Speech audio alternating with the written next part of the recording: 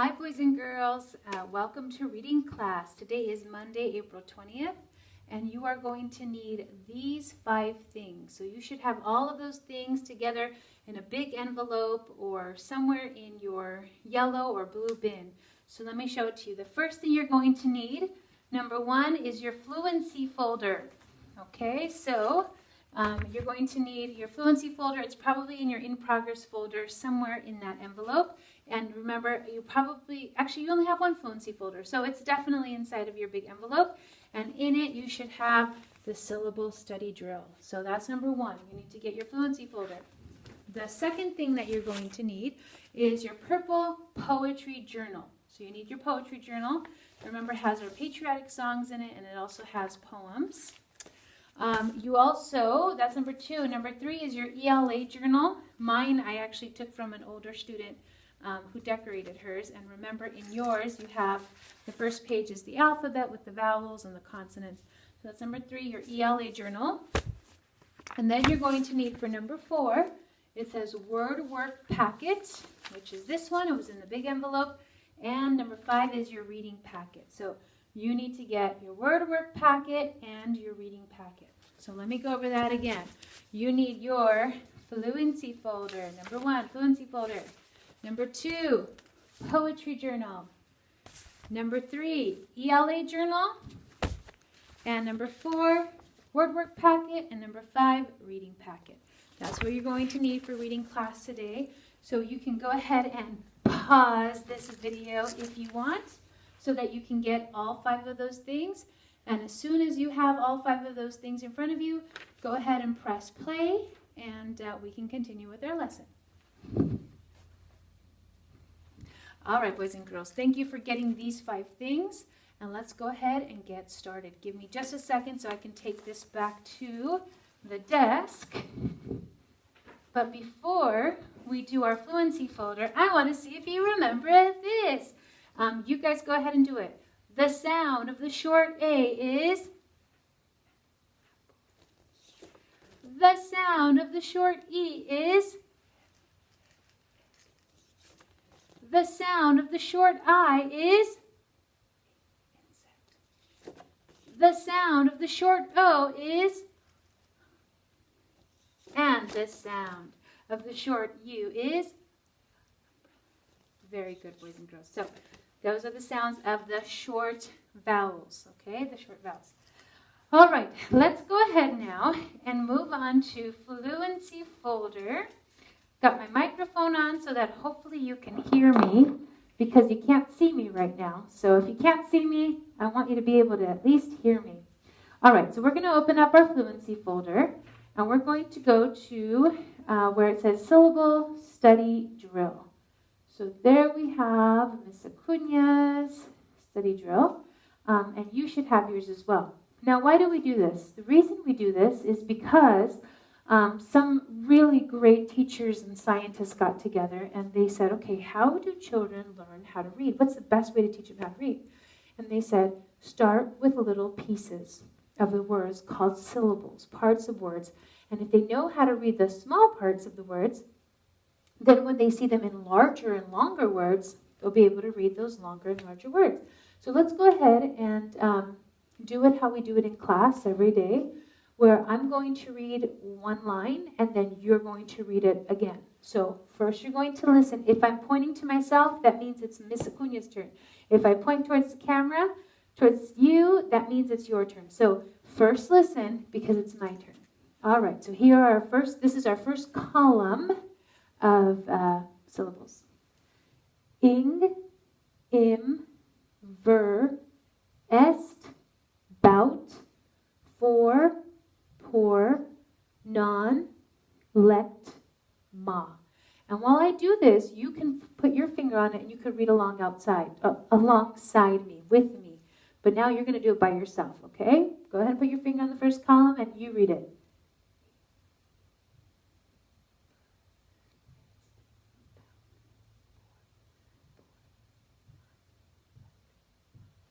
Second column, you're going to listen to me, but put your finger on it and follow along. You can even say it with me. Un, ter, bull, pull, per, fa, tween, miss, have, mid. Your turn.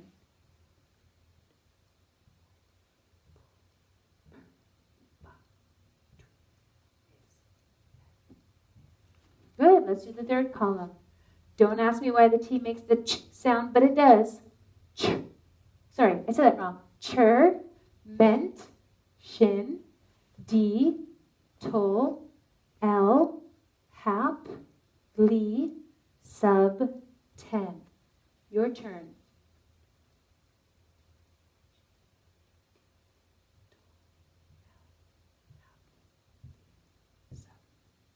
Perfect. Let's do the next one. I can't really hear you. I don't know if you're doing it perfectly, but I'm just guessing you are. Next one. My turn. Dis, num, ex, pro, full, nev, ic, rep, pre. Your turn.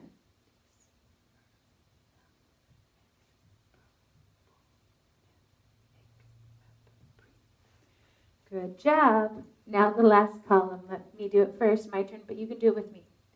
Com, der, re, en, diff, pick, ness, less, semi, shul.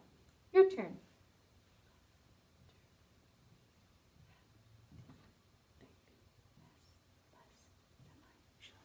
Good job, boys and girls. It's a good syllable study drill. We'll do it every day. Let's go down to our mean bully E study drill, which I like to call it's really called the final E study drill. We know that there's some bullies out there, boys and girls, who like to pick on you. And these bullies are letters, like the letter E. Look at his mean eyebrows. Look at those teeth that he has, those sharp teeth. And the mean bully E, what he likes to do is he likes to add himself after a consonant. And he likes to reach around that consonant and give that vowel a good old pinch. And so it changes the sound of the vowel. So here we have tap and tape. Tap, tape. Listen to the difference. Tap, tape. They're spelled almost alike, except for this one has the mean bully E. Here we have the short sound, as in apple. Ta, app, apple. It's a short sound. In fact, whenever a word has only one vowel, it's going to be the short, soft sound. But if you have a vowel, and then a consonant, and then the letter E, you know that it's going to pinch that vowel, because he's a mean bully, and it's going to change it. It's no longer going to be a short A, it's going to be a long A. No longer a short A, it's going to be a long A that says its name. What is the name of this letter? A. That's the sound it's going to make if it's a long A, as in acorn. Listen to the difference. Apple, acorn.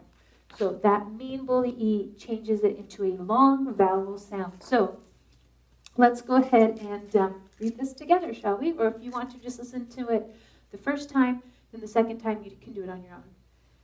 Tap, tape, plan, plane, man, main, slid, slide, shin, shine, rip, ripe, past, paste, grad, grade, glob, globe, snip, snipe.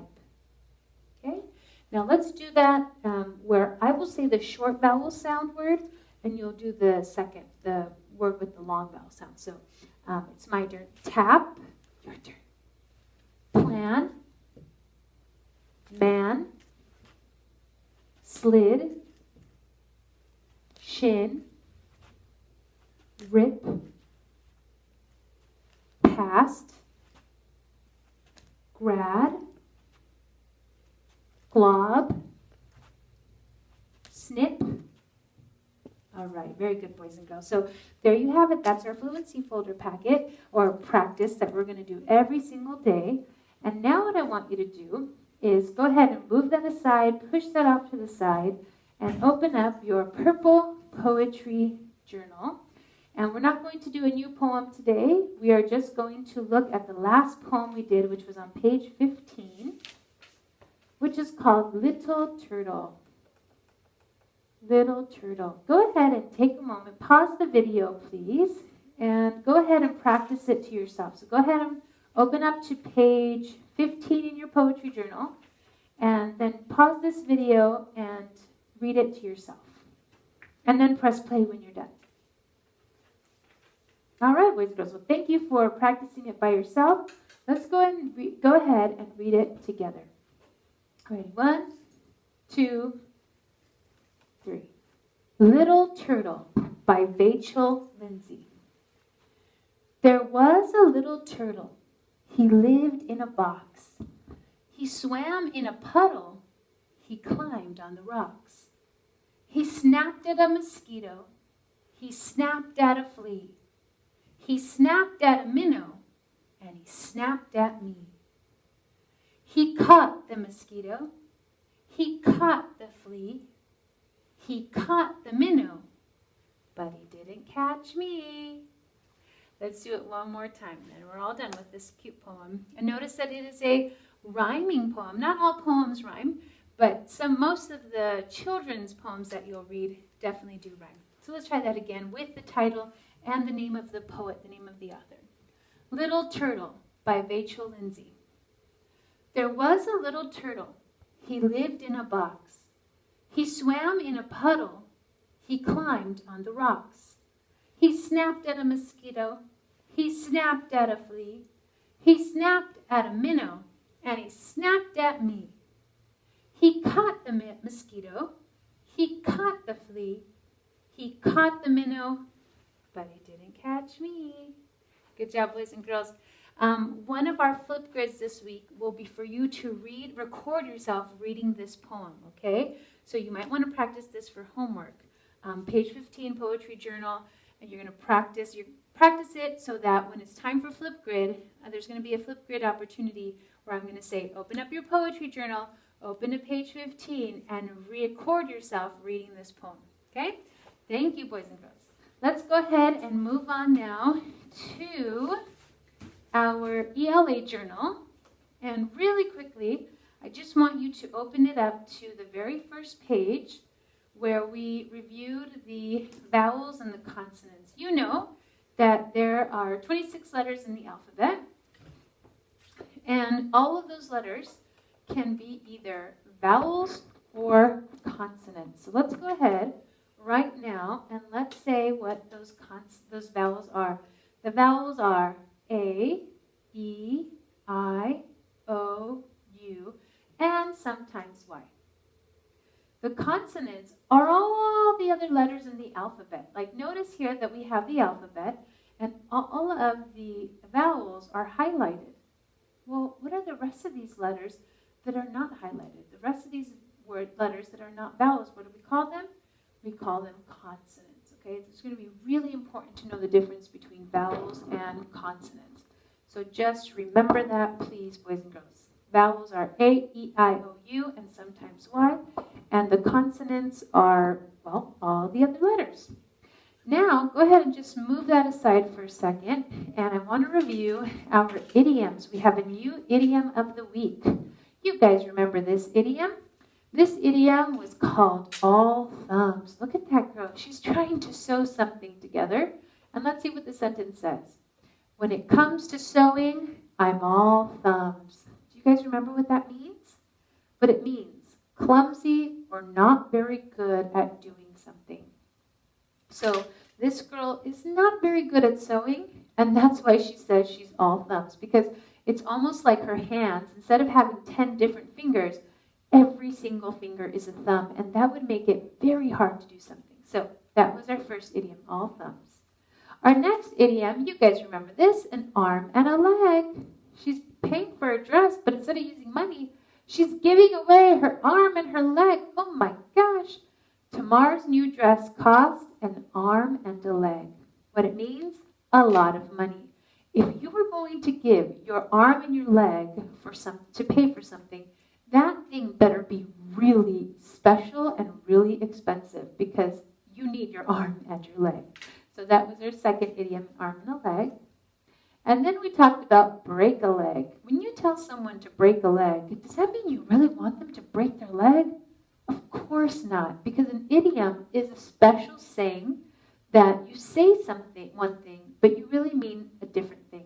Listen to this sentence, or read it with me if you can see it. Right before I walked out on stage, my mother told me to break a leg. Right before I walked out on stage, my mother told me to break a leg. Now, this little boy was probably going to be in a Thanksgiving play, and his mother said, break a leg. Do you think his mother would want him to break his leg? Of course not. She's wishing him good luck. What it means, have good luck. If someone's about to go on stage, they're going to dance, they're going to perform, they're going to do a play, you tell them break a leg, which means good luck. Of course, it doesn't mean you want them to break a leg. You guys remember what this one is? Butterflies in the stomach. I always get butterflies in my stomach before a big game. Have you ever felt like you have butterflies in your stomach? Are you nervous or scared about something? That's what that picture is right here. That's what this idiom is. What it means, a nervous, fluttery feeling in the stomach. In fact, I had to make an important phone call this morning, and I really got butterflies in my stomach. I got really, really nervous about the phone call. So I definitely know what this idiom means. Now, does it mean you really have butterflies in your stomach? Of course not. This one was one of my favorite idioms. Cool as a cucumber. This girl is trying to come up with an excuse for her teacher about why she didn't do her homework. And instead of being nervous or scared, she is cool as a cucumber. Right? Have you ever felt a cucumber at the store? How it's nice and cold and like, it's just nice and cold. Well, that's how she is. She's not hot. She's not sweating all over. She's not nervous. She's cool as a cucumber. Kelly was cool as a cucumber when she told the teacher that her dog ate her homework. Kelly was cool as a cucumber when she told the teacher that her dog ate her homework. So she's telling the teacher, Miss Acuña, I didn't bring my homework because my dog ate it. And most kids would be really nervous and get red. They would get sweaty. This girl does not care. She's like, it's the truth, and I'm cool as a cucumber. So what it means is it means to be calm and not nervous. She is not nervous at all. Oh, this one we studied. Down in the dumps. Rich was down in the dumps when his best friend moved out of town. If you are sitting in a trash dump, are you a happy person? No. If you were in a trash dump, you would be very sad, right?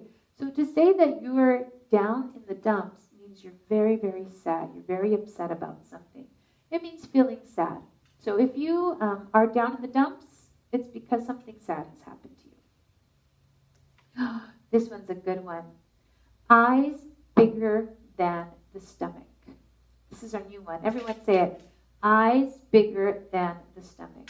Take a look at this boy. He's gone to an ice cream shop, and he has ordered a huge sundae, ice cream sundae. Look at, there's strawberry, there's chocolate, maybe that's some kind of kiwi, I don't know what's green, maybe it's mint chocolate chip, and then some vanilla. He got 4 scoops of ice cream. Actually, there's probably 5, because there's got to be a scoop in here.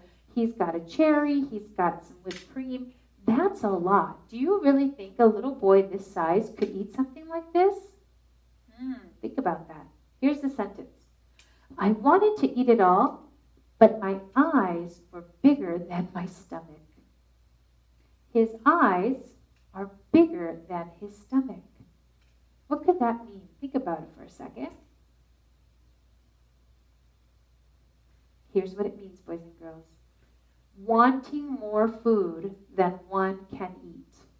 It's when you want more food than you can actually eat. This boy, when he ordered this at the store, he was like, oh yeah, I'm going to get a scoop of chocolate. I want a scoop of strawberry, vanilla, mint chocolate chip. I want whipped cream. I want it to be delicious. His eyes are huge. Like, he's so excited about this. He knows he wants to eat it. But you know what, boys and girls? By the time he starts eating it, there is no way he's going to fit all of this in his stomach. So his eyes, what he sees, right, what he wants, is bigger than what he can fit in his stomach. But we'll talk more about that tomorrow. So that's our idiom for the week on Monday. And each day we're going to do just a little something with this idiom. So go ahead and say it with me. Eyes bigger than the stomach. And let's go ahead and do this sentence here. I wanted to eat it all, but my eyes were bigger than my stomach. So I want you to think of the last time that you sat down and had a big meal and you served yourself a lot. Like I know for Thanksgiving, oh boy, I get some turkey, mashed potatoes, stuffing, all kinds of stuff. And guess what? I can never really finish the plate. So my eyes are bigger than my stomach. What I want is usually more than what my stomach can handle. Okay? All right, so we'll work on that some more tomorrow, but that's your idiom for this week. All right, now as we close up our reading class, I want to invite you to please take out your word work packet. It looks like this. It says word work packet. And I just want to show you what we're going to be working on today. In this packet, we are going to be talking about something called contractions. Contractions. So if you open up your packet, you're going to see that it doesn't start on page 1, but it actually starts on page 93 because we've done all the pages before this. So we're now on page 93. And what I want you to zoom in on, we're not going to actually do this work today. We're going to do that work tomorrow. But what I want you to do is look at this box right here. This is a little hint box, a little clue box. This week, we're going to be working on contractions. Contractions are a way to take a long word and to make it shorter. So let's go ahead and look at this box on page, 95? 93. And let's go ahead and read this box. Well, let me read it first, and then you can read it second, okay? Definition or meaning. What is a contraction? A contraction is a short way of writing two words. It is formed by putting two words together and leaving out one or more letters. Use an apostrophe to show where something is left out. So here's an example. I am becomes I'm. And we will becomes we'll. We're taking two words and we're putting them together, but then we're going to take out one or more of the letters and put an apostrophe instead. For example, for I am, we put them together, but which letter did they take out? They took out the A, and then it became an apostrophe. Take a look at these two words. We will. And we will, we put those two words together, we and will, but then they took out two letters. They took out the W and the I. Let me show you. So we'll go to whiteboard. Let's see if it works. Oh, don't you guys miss this? All right, let's see. So let me make this a little thicker. I am. Those are two perfect words. I am Miss Acuna. I am hungry. I am tired. I am angry. I am happy.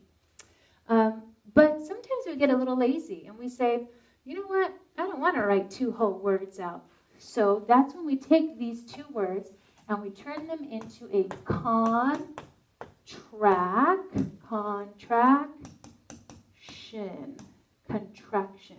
We're going to take these two words and we're going to make it into one word. And this is what you do. You put the two words together, but then you take out one of the letters. In this case, we're going to take out the A. I'm going to get my eraser. And when you take something out, you've got to put something back in. We're going to put an apostrophe.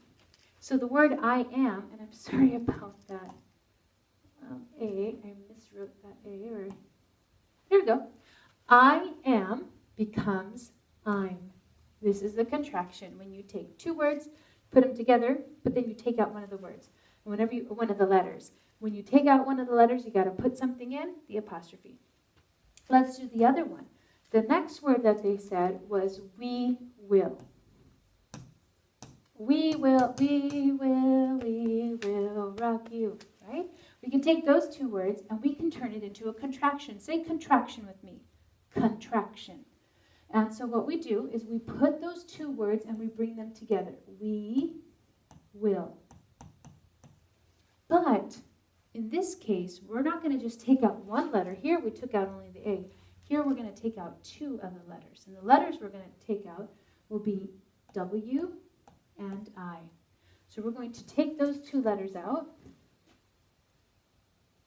And because we took something out, we got to put something in. We're going to put an apostrophe, which is a comma that's just up in the air. So we will becomes will. We will go to the store. We'll go to the store. This is just a lazier way of saying it. This is correct, and this is correct. We will go to the store. We'll go to the store. These are just contractions. So I'm just going to show you a quick little thing, and then we're done with it, and we'll do the page tomorrow, okay? So let me go back to source number 3, and let's reread that paragraph one more time. There we go. Okay, here we go. Contraction. A contraction is a short way of writing two words. It is formed by putting two words together and leaving out one or more letters. Use an apostrophe to show where something is left out. So I am becomes I'm, and we will becomes we'll. So go ahead and read that box yourself out loud one time while I get myself ready at my desk.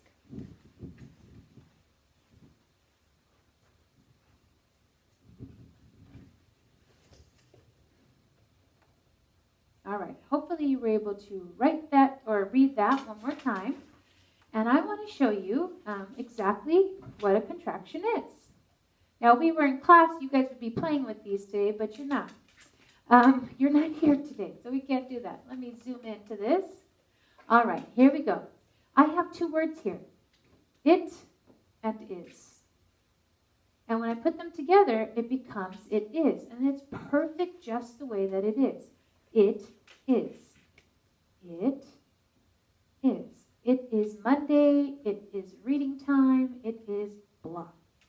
Well, what I can do is I can take these two words and I can turn it into a contraction. I'm going to put them together as though they are one word. But a contraction says that I'm going to take out one or more of the letters. In this case, the letter I'm going to take out is this I.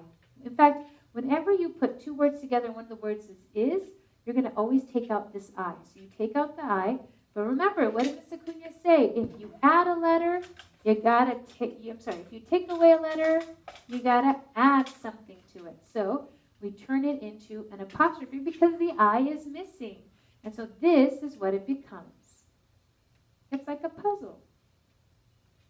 It is becomes it's. Again, which letter did we take out? Here. It used to be it is. And which letter did we take out? This I right here. And what did it become? An apostrophe. Okay? All right, let's check out the next one. Our next one is do not. Those are two perfect words there, aren't they? Do not. Do not bother me. Do not talk to me. Do not yell at me. Right? Do not. But I want to get a little lazy. I don't want to write do and not. So you know what I'm going to do is I'm going to put those words together. Do not. And I'm going to turn them into a contraction. This is what I do. I'm going to take out one of these letters. And this is what you do. Whenever you have an O, or you have the word not, the letter that comes out is the O. So do not becomes don't. And you guys see that word all the time. Check it out. Here's the puzzle. Don't. Do not got turned into don't. This used to be D-O-N-O-T.